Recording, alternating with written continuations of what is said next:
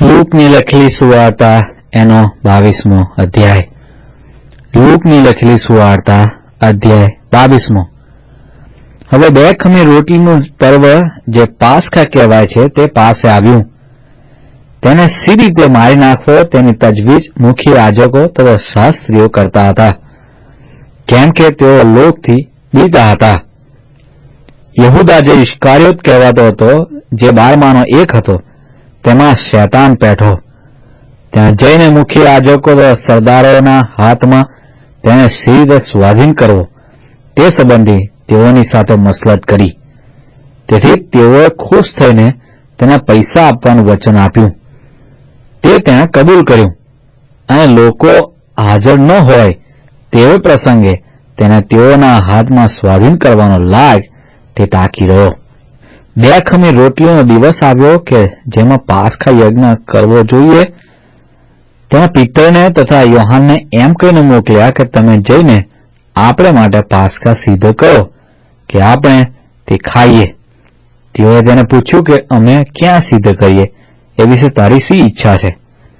તેણે તેઓને કહ્યું કે શહેરમાં પેસતા પાણીની ગાગર લઈને જતો એક પુરુષ તેમને સામો મળશે. તે જે ઘરમાં જાય ત્યાં તેની પાછળ જજો અને ઘરના માલિકને પૂછજો કે ઉપદેશક તને કહે છે કે મારા શિષ્યોની સાથે હું પાસખા ખાઉં તે ઉતારાની ઓરડી ક્યાં છે? તે તમને સરસામાન સહિત એક મોટી રૂમ તમને બતાવશે. ત્યાં તમે તૈયારી કરો. તેઓ ગયા અને જેમ તેણે તેઓને કહ્યું હતું તેમ તેઓને મળ્યું અને તેઓ પાસખા તૈયાર કર્યું. વખત થયો ત્યારે તે બેઠો અને તેની સાથે 12 પ્રેરિતો પણ બેઠા.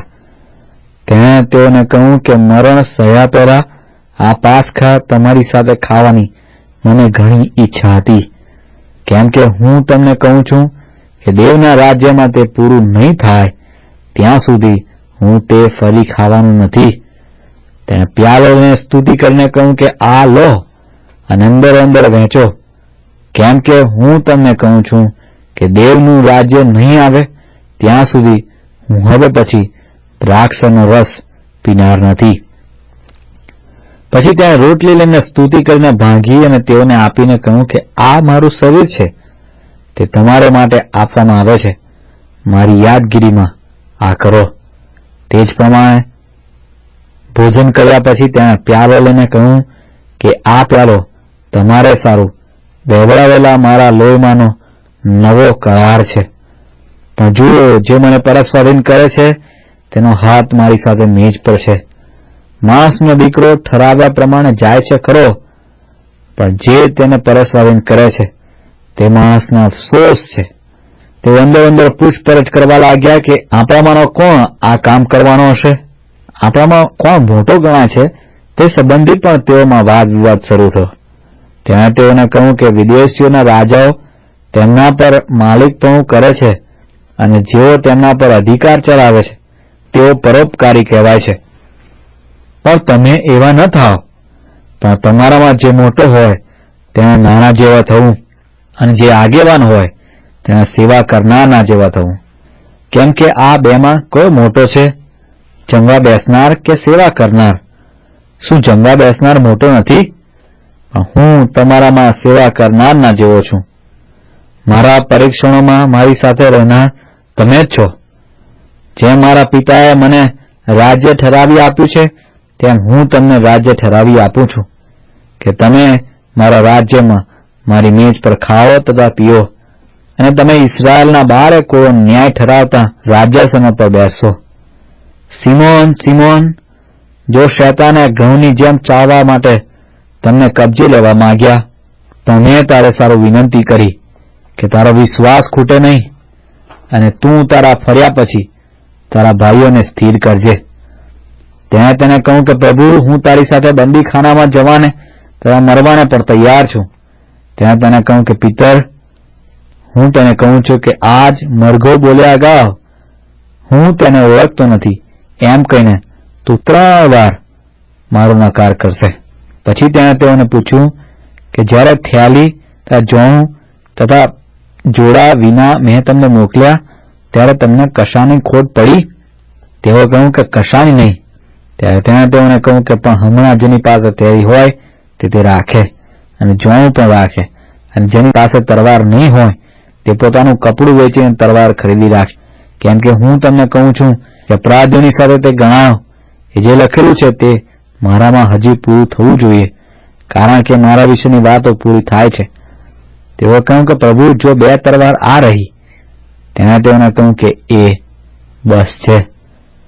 બહાર નીકળીને તે પોતાની રીત પ્રમાણે જૈતુન પહાડ પર ગયો. શિષ્યો પણ તેની પાછળ પાછળ ગયા.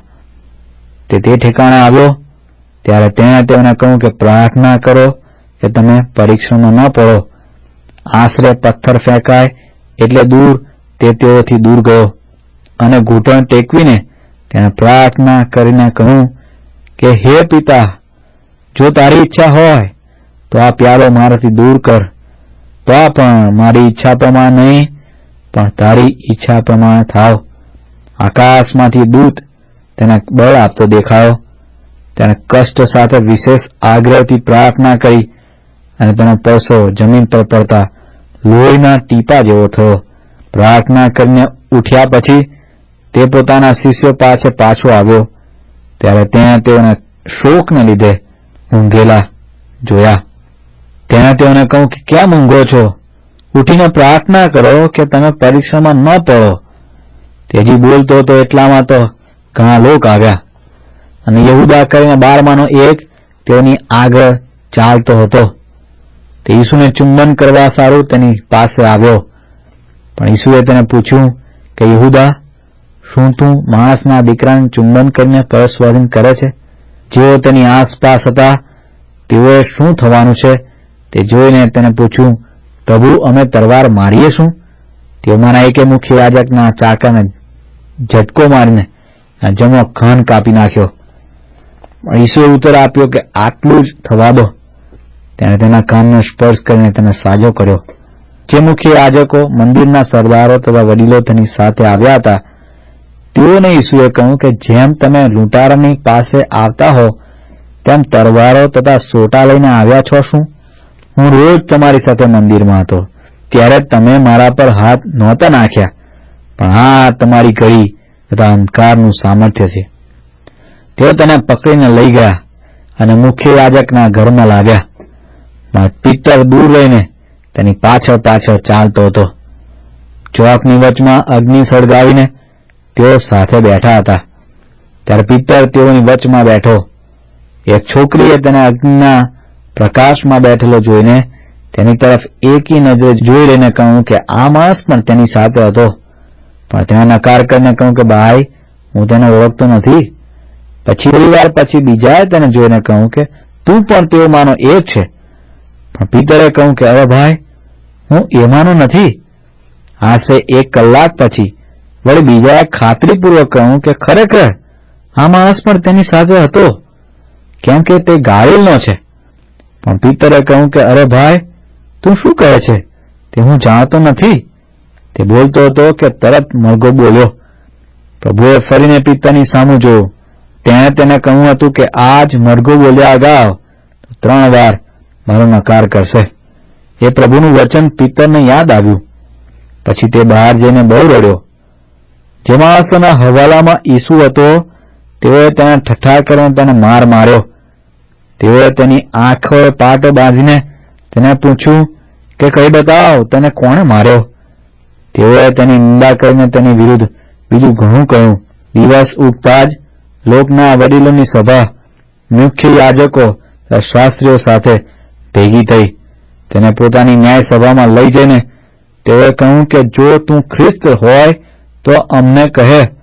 પણ તેણે તેઓને કહ્યું કે જો હું તમને કહું તો તમે વિશ્વાસ કરવાના નથી, અને જો હું પૂછીશ તો તમે મને ઉત્તર આપવાના નથી.